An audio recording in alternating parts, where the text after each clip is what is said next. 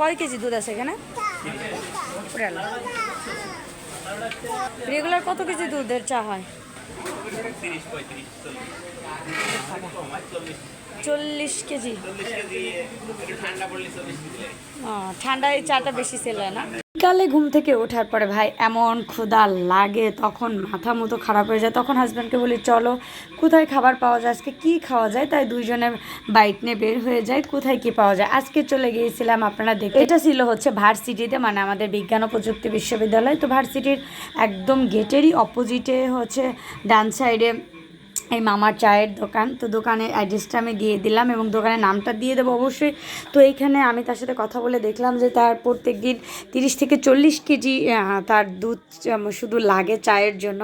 তো তারপর এত সুনাম শুনে আমিও অর্ডার করলাম, আমিও 2টা চা নিয়েছিলাম। চাটা আমার কাছে বেশ ভালো ছিল এবং স্টুডেন্টরা যত দেখলাম, ভার্সিটির যত স্টুডেন্টরা সব এখান থেকে চা খাচ্ছিল। আর আমি তো একটু চাপ্যামিক মানুষ, সারাদিন কাজ করি, কাজের শেষে হচ্ছে একটু চা না খেলে ভাল লাগে না। এই তো মামার দোকানের অ্যাড্রেস। তো এরপরে হচ্ছে আমরা চাটা খেয়ে এখন রওনা দিলাম। আসার পথে আমার ছোট ফারিক হঠাৎ কাশফুলের সামনে দিয়ে বলতেছে মা চিকেন খাবো চিকেন। তো রানিং গাড়ি হঠাৎ করে গাড়িটা থামায়, এরপর হচ্ছে আমরা চিকেন নিলাম। আর এটা ছিল চিকেন চাপ।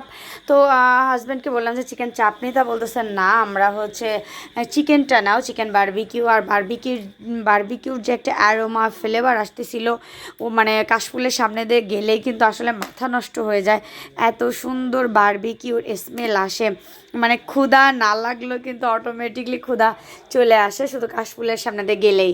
তো এরপরে হচ্ছে ওদের এখান থেকে এই তো নান নিলাম আর হচ্ছে চিকেন নিলাম, 2টা চিকেন নিয়েছিলাম আর নান নিয়েছিলাম। তো আমরা ওইখানে বসে খাইনি, পার্সেল নিয়ে আসি। আর আমি একটু ভিডিও করে আপনাদের জন্য একটু ভিডিও করতেছিলাম। এখন অনেকে যদি অ্যাড্রেস জিজ্ঞাসা করেন, অ্যাড্রেসটা কিন্তু সবাই জানে। কাশফুলের অ্যাড্রেস হচ্ছে কোর্টের ওইখানে কাশফুল, আর এটা একদমই দত্তর অপোজিটে কাশফুলটা, সবাই চেনেন। কাশফুলের অ্যাড্রেসটা আসলে তেমন বলার মতো কিছু না, তারপরেও যারা না চেনেন তাদের জন্য শেয়ার করতেছি। আর হ্যাঁ, এখানে কিন্তু কেউ বাজে কমেন্ট করবেন না, কারণ আমরা বাইরে খাই, ছোটো ছোটো ভিডিও ক্লিপ আপনাদের সঙ্গে শেয়ার করি। তো যদি ভালো লাগে আমার পেজে একটা ভালো কমেন্ট করে যাবেন, আর যদি ভালো লাগে পেজে একটা ফলো করবেন, আর শেয়ার করতে কিন্তু ভুলবেন না। ফার্স্ট অফ অল আমি গোপালগঞ্জের মেয়ে, এই জন্য আমি চাই যে গোপালগঞ্জের টুকিটাকি খাবার খাই এবং লোকেশনগুলো আপনাদের সঙ্গে শেয়ার করি।